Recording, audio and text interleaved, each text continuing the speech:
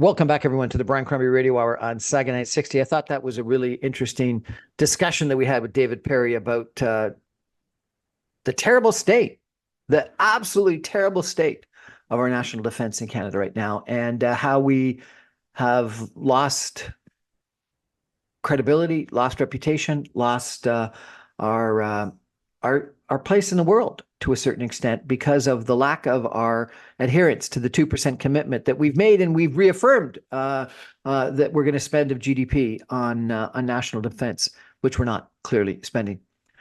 I want to end the show by saying that I think this is a really important issue that really should be part of the national discussion and should be something that is of import to all Canadians. And I worry that it's not going to be until it's too late, because I do think that our world is in a precarious position right now. You know, I did a couple of interviews back in 2021 and early 2022, prior to the Russian invasion of Ukraine, where most people were saying it's not going to happen. Don't worry about it. And I had a very few people, Marcus Kolga of the Macdonald Laurier Institute being one of the only people that said it's going to happen, Brian. And so David Perry today reaffirms that a lot of analysts were expecting that the amassing of the troops, the Russian troops on the border, was indicative that the invasion was coming. You know, people have warned us about the pandemic for a long period of time, that it was coming, and we completely dismissed it and we didn't pay attention to it.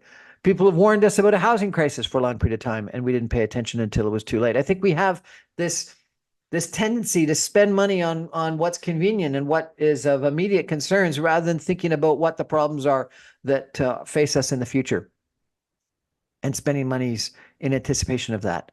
We have committed as a country to spend 2% of GDP on national defense, and 20% of that number on advanced areas of research and development and things in national defense, and we're not meeting either one of those objectives. The world is at war. Maybe not the whole world, but certainly critically important places. We have a war in Eastern Europe that we are well aware of, and our NATO allies, particularly those on the eastern border in the Baltics and in Scandinavia that have recently joined NATO, are spending 2%, if not, frankly, more than 2% of GDP on defense, because they're close to the menace that they see across the borders in Russia. I think that the United States clearly is spending above that. I think that our allies in Western Europe are spending at that amount. And we are not being invited into some of the big rooms, the intelligence organizations, the key meetings at NATO, the key meetings in regards to what is happening in the Middle East, etc., because we've lost credibility, we've lost respect, and I think that we have to, as David says, set some priorities. And I think the fact that there were 70,000 applicants to national defense, and we only hired, what did he say? 400? It's shocking. It's abysmal. It's unimaginable that we're doing such a crappy job, such a lousy job.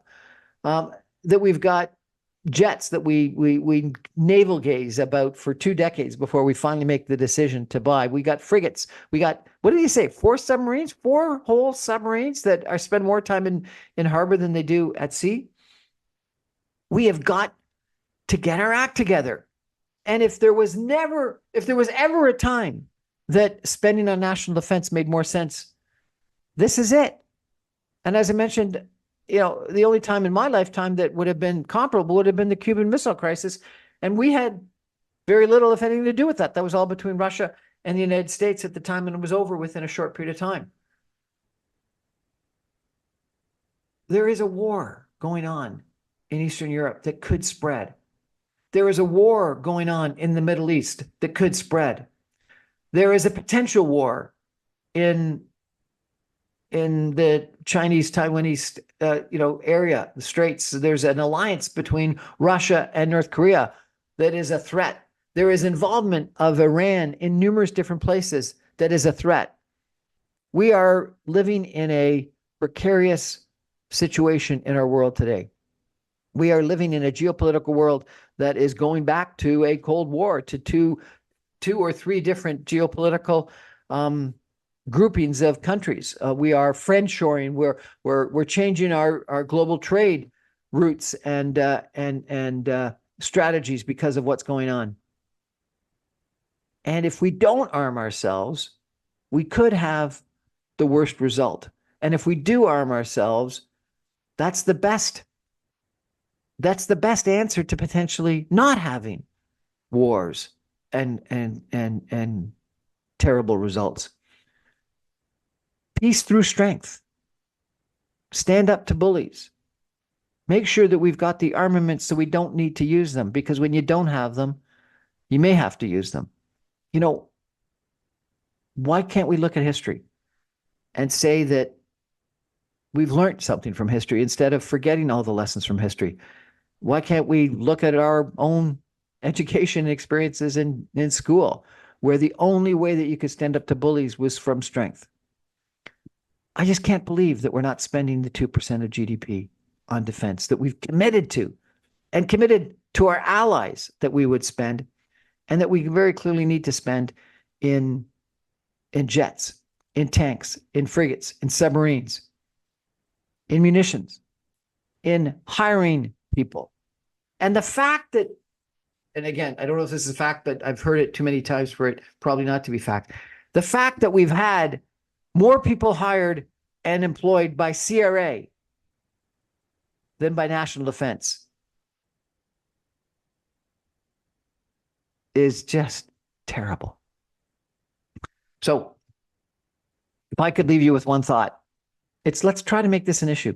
Let us demand of our politicians that they get serious about what's going on in the world today. And let's spend the money that we've committed to our friends, our allies, that we will spend. And let's get the frigates, let's get the tanks, let's get the jets, let's get the people in our military that we need. Anyway, appreciate your time. Thanks.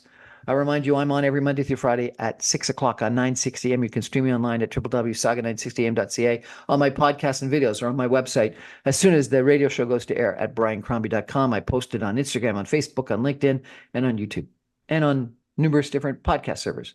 Thanks. Good night, everybody.